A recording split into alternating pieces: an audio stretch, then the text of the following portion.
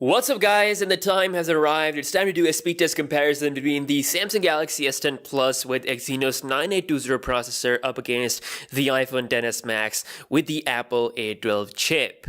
This is one of the most awaited videos on the channel, so both phones are super premium and super powerful, but let's see who's going to edge out in this test. And also I want to remind you guys that I am doing a giveaway for the Galaxy S10, so if you want to enter, check the link down below in the description. Okay guys, so as always, we're going to start this test off by booting up both phones at the same time. Here we go. And you can see the Galaxy S10 logo comes up first. The iPhone logo took some time, but let's see who is going to be the fastest one. Galaxy moving to its Samsung logo. And let's see. Okay, so Samsung Galaxy S10 Plus, faster. iPhone, about 2 or 3 seconds late. Alright, so both phones are in position. Again, this is the Exynos 9820 model with 8 gigs of RAM versus the iPhone XS Max here, which comes with Apple A12 along with 4 gigs of RAM. But still, it is iOS. It has a lot of good optimization, so we'll see how it does in RAM management. Again, it has the latest iOS version installed. With that being said, let's open up some applications, starting off with the phone dialer. Here we go. And as you can see, that was a bit quicker on the Galaxy S10 Plus settings, and that's about the same on both phones. Really quick animations, fast system-based app launch time. The Galaxy S10 Plus has faster app launch time as they have shown in the trailer, so I really want to see how it will go with the third-party applications. So far, it does seem that this phone is more snappy than any of their releases before in terms of real-life usage. Third-party applications, starting with the game called Subway Surfers. This is going to be interesting. And the S10... Oh, whoa! Okay, that... Damn, Samsung wasn't kidding about the app launch time. Man, that was really fast. And normally we see iPhone perform really good when it comes to game loading times, but you can see the Exynos 9820 just blazes through the app launching with the first game that we opened. So we still have a lot left, so going to launch Cora on both phones. And that's a little bit quicker on the Galaxy S10 Plus. Spotify. And again, a little bit quicker on the Galaxy S10 Plus. Moving on to Asphalt 9. This is a really popular big game. So let's see. This time the iPhone feels really quick. It's already on the loading page. And still, the Galaxy S10 Plus manages to be quicker. Okay, wow. Something is going on here. I mean, Samsung has really done something amazing here with the app launching time. They really do show their effect here. They're really performing good. So far, the Galaxy S10 Plus is going perfect. We're gonna launch YouTube at the same time. Let's go. And once again, the Galaxy S10 Plus is quicker with its latest feed. Moving on to another game called Smash Hit. And again, the Galaxy S10 Plus slightly faster there. Pin out. Once again, the S10 Plus quicker. Moving on to Instagram. And that is also slightly quicker on the Galaxy S10 Plus, the latest feed. Let's check out some stories here. Who's going to open it up quicker? So that's about the same on both phones. By the way, subscribe to PewDiePie. Let's do a bit of a scrolling test. As you can see, looks very smooth on both phones. No issues whatsoever. And let's see the Insta camera. Okay. I think it's quicker on the iPhone, definitely. So you can see, yeah, the Galaxy take 1 second, just a split second to open the camera. So maybe with an update, it might be as quick as the iPhone. But yeah, social media apps are really well optimized for the iPhone. So yeah, that's a quick difference there. Let's check out my profile. And that got loaded up almost at the same time on both phones. So moving on to Twitter. And once again, slightly faster on the S10 Plus. Next up, we've got Photoshop Express.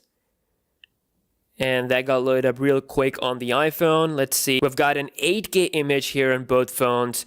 You can see that was a little bit quicker on the iPhone in terms of loading that up in the editor. So we're just gonna apply some effects here. I'm turning vibrancy all the way to the max on both phones, and same thing with the clarity, adding it all the way to the max. And now we're gonna export both of these two images at the same time in full 100%. So let's see if we just quickly press this at the same time, and as you can see, the iPhone is done, while the Galaxy S10 Plus is done as well. So it took some time. The iPhone definitely faster there. That was actually pretty interesting. The Apple A12 still is a really powerful chipset, but overall in the applications opening times, the S10 Plus was really snappy. And last but not the least, we have camera on both phones, so launching it at the same time. Here we go. And I think that was about the same on both phones.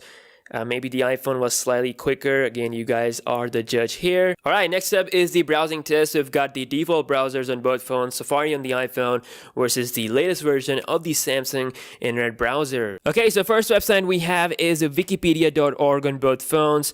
And as you can see, that was really quick. I think the S10 Plus was just a tiny bit quicker here by finishing the website. You can see scrolling looks really smooth on both phones. Same thing with zooming in and out. I can really feel the smoothness here. It is definitely matching the smoothness that you normally feel on an iPhone or iOS device. Something has really changed. It feels buttery smooth here. Samsung is definitely closing in the gap. So next up we have the WWE.com on both phones. Let's see. Okay, Galaxy S10 Plus is done, followed by the iPhone XS Max. So that is really fast performance. Again, just a little bit differences here and there. If we scroll down, looks really smooth on both phones. No issues whatsoever. Just gonna quickly play this video on both phones and see which one does it faster. And I think that is faster on the iPhone XS Max. Now it's time for the juicy part, which is the RAM management. This phone right here, the Galaxy S10 Plus 128GB model that I have, has 8 gigs of RAM. So we'll see how the RAM management is here. So you can see phone dialer still in the memory settings, and the iPhone showed a bit of a refresh there. Maybe that is a refresh again. I will leave that up to you guys. Subway Surfers. And okay, so the iPhone is indeed refreshing the application here. So as you can see, it's loading the apps. I think 4GB of RAM is causing some of that refresh on the iPhone. The Spotify is also there. Well, here it is refreshed. We've got Asphalt 9 on both phones. Okay, so that got refreshed on both of these two devices. Again, I did add this 8K image editing in this video test, so it does take some more RAM as well to complete. So both phones probably did the refresh for that. It's very interesting that even with 8 gigs of RAM, we have one refresh on the Galaxy S10 Plus. Let's go down to YouTube. That is still there on both phones. So the iPhone is now finally showing us some signs of the RAM management. Core is still there, and it's also, I think it's still here on the iPhone as well. Smash hit, it's kept in the memory by the S10 Plus. Same thing with the iPhone XS Max. Pin out, still there. Instagram, still there. Twitter, Photoshop Express.